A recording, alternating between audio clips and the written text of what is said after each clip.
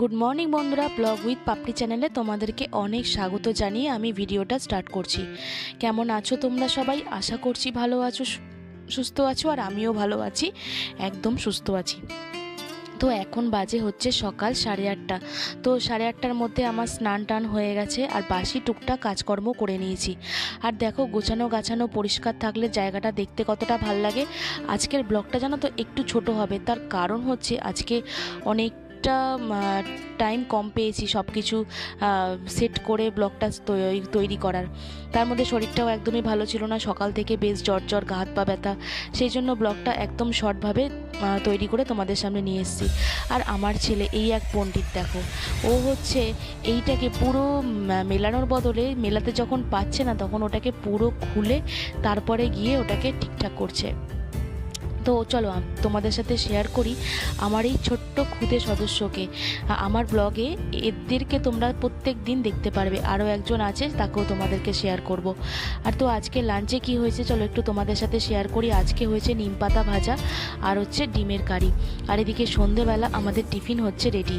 তো আমাদের আজকে কি বলতো, বাজারে যেতে না একদমই পারিনি, যেহেতু তোমাদেরকে বলছিলাম শরীরটা একদমই খারাপ ছিল। সেই জন্য মা আজকে ডিমের কারি করে নিয়েছে আর নিম পাতা ভাজা, এই দিয়ে আমাদের লাঞ্চটা কমপ্লিট। আশা করছি তোমরা সবাই ভালো আছো, সুস্থ আছো, আর আমিও ভালো আছি, সুস্থ আছি।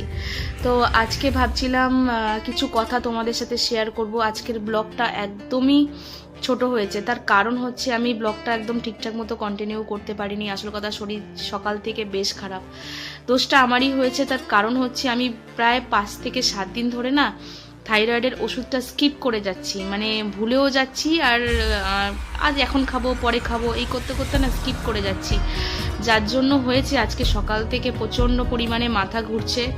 তো একটা ক্লান্তি রয়েছে যে আমি ব্লগটা সারাদিনের যে শ্যুট করব, তোমাদের সাথে কথা বলবো, তোমাদের সামনাসামনি আসবো, সেটা আমি একদমই পারিনি।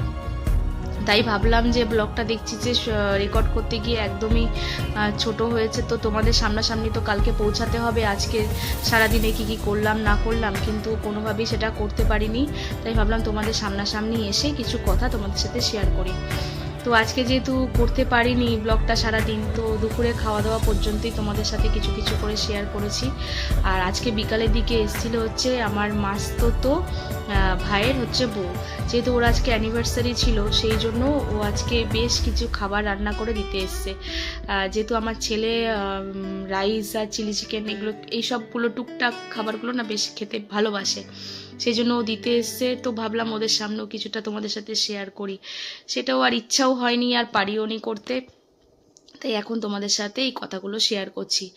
আর আজকে রাতে আমাদের মেনু ছিল হচ্ছে সবারই হচ্ছে বাড়িতে ঠান্ডা সর্দি কাশি জ্বর এসব হ্যানা ত্যানা লেগেছে, সবারই শরীর খারাপ। তো আমার বাবার ইচ্ছা ছিল যে আজকে রাত্রিবেলা রুটি ফুটি কিচ্ছু খাওয়া হবে না, আজকে হবে প্লেন চাউমিন, যেটা ঝালঝাল করে হবে আর সবার মুখ টুকগুলো ছাড়বে। আর সেই জন্য আমার বাবার ডিমান্ডে আমার মা আজকে রাতের জন্য বানিয়েছে হচ্ছে ডিনারে চাউমিন, যেটা খেয়ে আমরা শুয়ে পড়বো। আর এদিকে চিলি চিকেন আছে।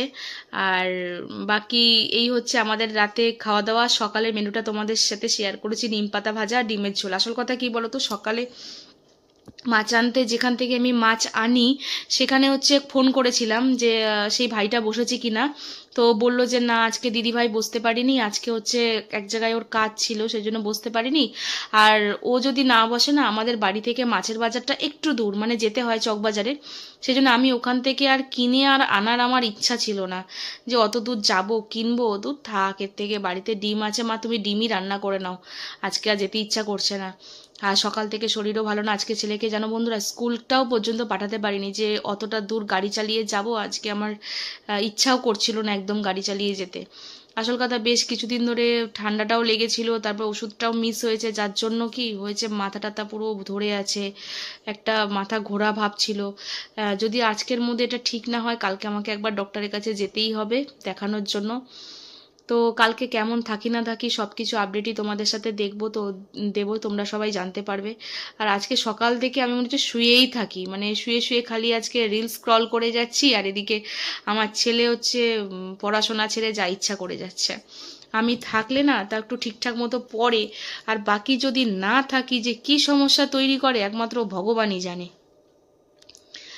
তো যাই হোক, আজকে সারাদিনের কাজকর্ম কি করলাম না করলাম সবটাই তোমাদের সাথে শেয়ার করলাম। এই হচ্ছে আমার আজকে সারাদিনের পুরোপুরিভাবে রুটিন। আর এখন হচ্ছে যাব একটু চা বানাতে, চাটা খাবো, মানে মাথাটা বেশ ধরেছে। হয় চা খাবো, নাহলে একটু ব্ল্যাক কফি খাবো বেশ কড়া করে, তা যদি মাথাটা একটু ছাড়ে তো। তো এই হচ্ছে ব্যাপার।